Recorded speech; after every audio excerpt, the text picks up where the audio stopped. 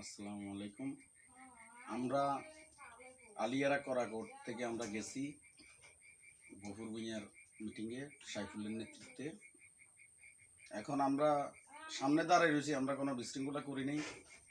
হঠাৎ করে মুবাশশরের পোলাপাইন আসি মানে গালাগালি করতেছে এবং কি মারধর হঠাৎ করে বাড়ি দাঁড়ানো শুরু করছে। এই যে একজনের অবস্থা গুরুতর, আমার সসিলে লাগছে, এই যে আমার অবস্থা। ঘটনা হয়েছে আমরা গফুর ভূঁইয়ার মিটিংয়ে কেন গেলাম, মুবাশশরের পোলাপাইনের জন্য আমাদেরকে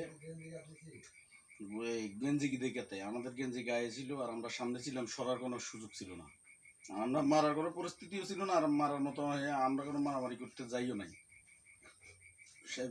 আলিয়ারা সাহেবুলের নেতৃত্বে গেছি, যাওয়ার পরে মানে আমরা সামনে যাই দাঁড়াইছি। এখন তারা এই যে গফুর ভূঁইয়ার গেঞ্জিটা দেখিয়ে তারা আমাদেরকে একবারে বিনা উস্কানিতে তারা এসে মানে আমাকে তিনজনকে, একজনের অবস্থা গুরুতর, খুব মারা মারছে। পরে আমাদের নেতা সাইফুল সহ ধরে আমাদেরকে হাসপাতালে নিচে নেওয়ার পরে সিলেটিতে করায় ট্রিটমেন্ট করায় বলছে যে বাড়ি চলে এসো। আমি চলে আসছি, দুজনকে ভর্তি করে রাখি আসছে।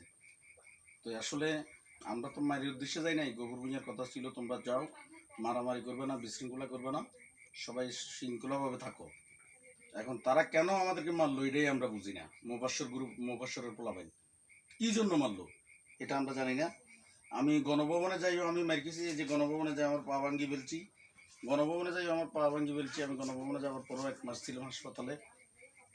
তারপরেও এই যে দেখুন, আমরা চাইছি মানুষের শান্তি, এই ছাত্র আন্দোলন করছে, আমরা তাদের সাথে ছিলাম।